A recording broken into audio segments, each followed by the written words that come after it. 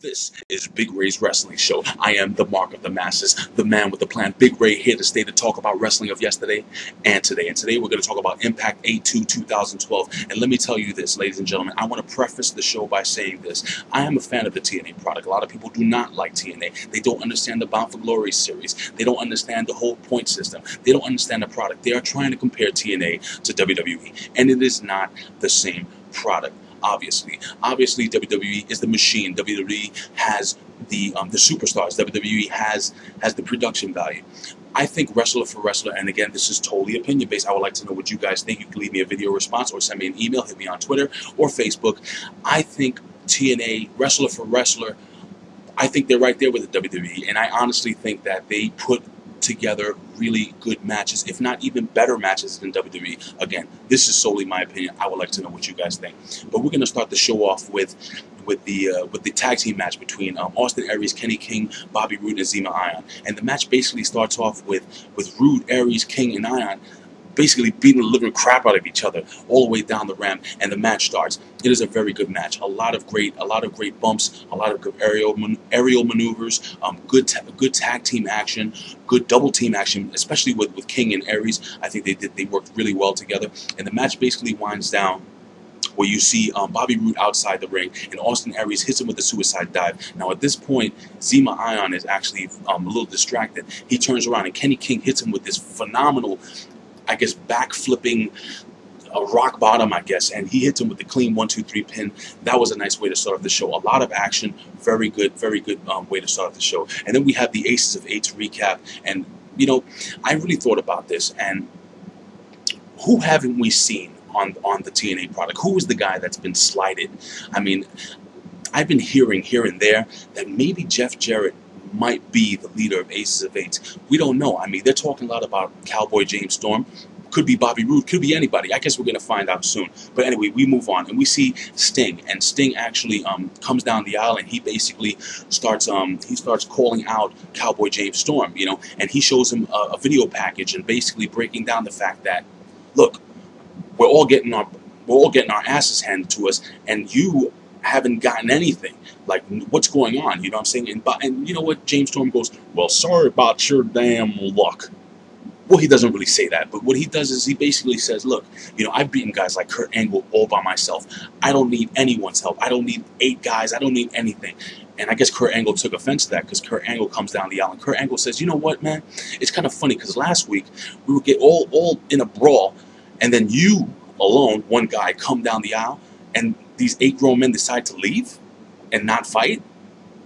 I think it's pretty interesting, and I would like to know where this goes. But we end up finding out that the main event of the match would be Kurt Angle versus the Cowboy James Storm. So we move on, and we see a video recap of the whole Claire Lynch situation, and or I guess you could say the Claire Lynch saga and the AJ saga. You know, I'm really watching this, and I'm trying to figure something out. You know, if you notice that, if you look at the pictures, every single picture, it's clear. It's Claire. It's clear. It's AJ. It's clear they're both naked. But AJ seems to be passed out every single picture. I wonder if he's drugged up. I wonder if he even knows what the hell's going on. But anyway, we have Kazarian and Daniels talking in the back about, you know, AJ has to step up, and basically what they're going to do is they're going to throw Claire a baby shower, which is hilarious. So we move on from there, and we find the Bound for Glory's breakdown, a little video recap, and then we have Bully Ray in the back, and Bully Ray basically states, you know what, if the Aces of Eights are coming down, I'm going to show them who's boss. I'm going to be ringside for the main event. So Bully Ray moves on into the ring, and after his promo, he has pretty much a squash match against Robbie E. A couple of chops, 1 or 2 bumps, and he hits him with the bully cutter. Done. Match over. So then we move on to the backstage, and we see poor little Earl Hebner. I guess he's trying to get his groove back. But Earl Hebner is backstage with Madison Rayne, and he's giving her gifts, and he's being all cutesy and all lovey-dovey with her. And the fact is, we all know that he's being taken advantage of. And Gail Kim sees this going on. Gail Kim gets really, really upset, because the fact of the matter is, there's a fatal 4-way to determine who is going to be the #1 contender for the Knockouts title. And this match is going to be with Tara, Rayne, Mickie James, and Gail Kim. Well, we jump into the match. And guess who's the referee? It's Earl Hebner. So it was a very good match, actually. I really like the Knockouts. I think they're a better wrestling product than the WWE Divas. I know I shouldn't be comparing, but like I said, wrestler for wrestler, I think TNA has a better product.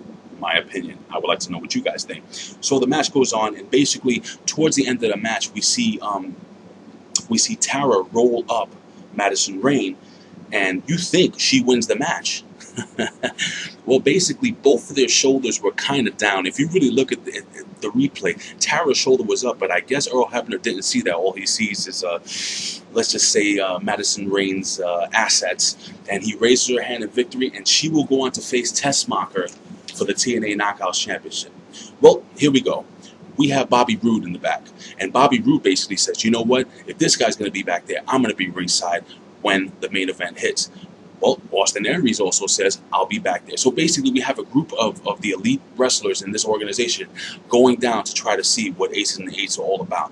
Well, then we go back again in another video where we have Brooke Hogan, and she's talking to Sting, and basically Sting is trying to basically find out if she's okay. You know, she's basically talking about how her dad, Hulk Hogan, has gone through a lot of crap, and she's never seen him this hurt, and he's a superhero, so on and so forth. Well, just when you think the little video session's over, she gets a manila envelope via messenger, and when she opens it, Aces of Eights, all 8 cards, aces, and basically, you know, they end up where they're basically trying to chase down, I guess, the messenger to find out where the hell this came from. Well, we move on from there, and we see Eric Young quickly in the background again, and this show is full of a lot of the backstage stuff. Well, I guess it's setting up for the Bound for Glories, and I guess it's setting up for future pay-per-views, but for my taste, I think it's a little too much backstage. But anyway, we see Eric Young pushing his fishing show with ODB, and ODB still wants her fried chicken. Okay, so we move on. We have the Chavo Guerrero debut. And we have Kid Cash coming down the aisle with Gunner, and Chavo coming down with Hernandez. And it was a really, really good match. I honestly felt that Chavo Guerrero, or the fans, were really, really hot for Chavo. It was really good to see Chavito back in the ring. I think Chavito is a fantastic, fantastic wrestler. I think he's very decent on the mic. And I think he'll be really good for the X division. I don't see him being a world champion. Maybe perhaps tag team champions with Hernandez. But I think Chavo Guerrero is an excellent addition to TNA. I think he's a great star, and I really enjoyed the match. It was a very good match. Solid performance by both Kid Cash, who is one of my favorites, Kid Cash and Chavo. The match basically ends when Chavo hits him with the 3 suplex of death in a row, and then he hits him with the Eddie Guerrero frog splash. And the match was over. It was a very, very good match. Very nice way to bring Chavo into the group of TNA superstars. So then we have Dixie Carter with a quick backstage promo stating that AJ needs to basically get everything together. Anyway, so we see Lance Briscoe, I guess son of Jerry Briscoe. I'm not really too sure who Lance Briscoe is. I haven't done too much research on him. Maybe you guys can leave me a comment down low. Let me know a little bit more about Lance Briscoe. But he's talking with Kurt Angle and how he wants to be a superstar here at TNA. Very interesting. So we move on. And the baby shower. One of my favorite segments. Now, I know that this whole storyline is supposed to be really intense and really like a really serious thing. But I got to be honest with you. I spent half my time laughing. I think, and I don't mean to put this young lady down, Claire, but she is a horrible, horrible actress. But we see Kaz and Daniel, and they're giving her gifts, and you can see she looks to be pleased.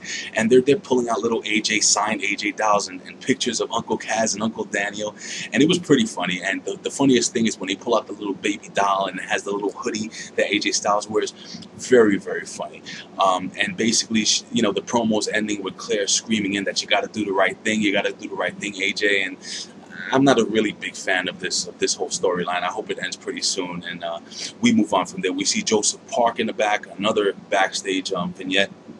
Joseph Park is talking to Sting, I guess, trying to get Sting services. But we move on from there. And now, right now, I'm going to quickly break down.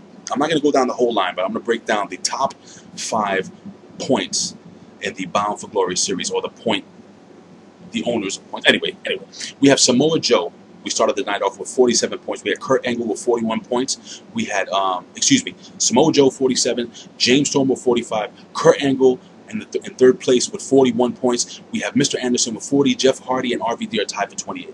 So we move on, and we have Kurt Angle in the match with Cowboy James Storm, and this was a very, very, very good match. A lot of kickouts, a lot of finisher attempts, and we basically see James Storm in the ankle lock towards the end of the match, and we see James Storm kind of rolling out, and he kicks Kurt Angle right in the back of the head, stands up, hits him with the super kick, clean, 1, 2, 3 pin. 7 points for James Storm. So now James Storm is actually the leader with 52 points. So James Storm basically gets on the mic and he's calling out the aces of eights.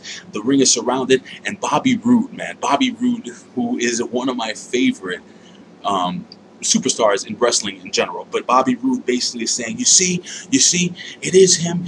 They're not coming down the aisle, and everything just breaks loose. It's chaos everywhere, and the match and the show basically ends with everybody in the ring beating the living crap out of each other. I am really excited to see what's going to happen on next week's Impact. I'm looking forward to see. I'm looking past this pay-per-view. I mean, I'm going to try to do a review on the next pay-per-view, but if I can't, we're definitely going to do a review on the Bound for Glory series. Again, this is Big Ray's Wrestling Show. I always say, I would love to do this for a living, but if I can't, I would do it anyway because I love talking wrestling. All my information will be down below. Please subscribe. I love talking wrestling, guys. Once again, Big Ray's Wrestling Show. This is my first TNA Impact review. I hope you enjoyed it. And if you have any questions, please feel free to email me. Now, for me, whenever I have any questions about wrestling, whenever I really want to know about what's going on in wrestling, there's one place I go to, and that's OneWrestling.com. Again, that is OneWrestling.com. They are a phenomenal site. I would strongly advise you to check it out. I've been going to OneWrestling.com for years. OneWrestling.com. Again, this is Big Ray's Wrestling Show on YouTube. Peace.